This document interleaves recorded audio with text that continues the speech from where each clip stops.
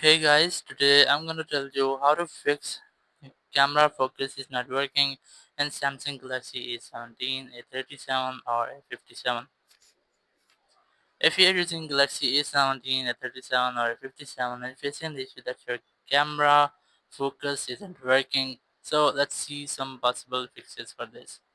So the very first thing I recommend you have to go to settings, just scroll down, go to software update and then click on software updates or check for updates. So make sure that phone is up to date. You might have any pending software update here. If you find this, try to update your software. After updating software, restart your phone. Just click on this power icon here. Click on restart and then click on this option again to restart your phones. After restarting, if there will be any software glitch, it will be fixed in the steps. After that, you will not get the issue again.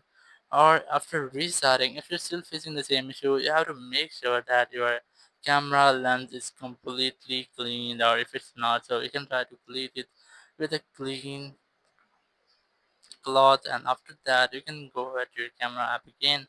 If you are still facing the same issue, so there's a single way. Just keep a long press on your camera app, click on this info button, and here click on force stop, click OK.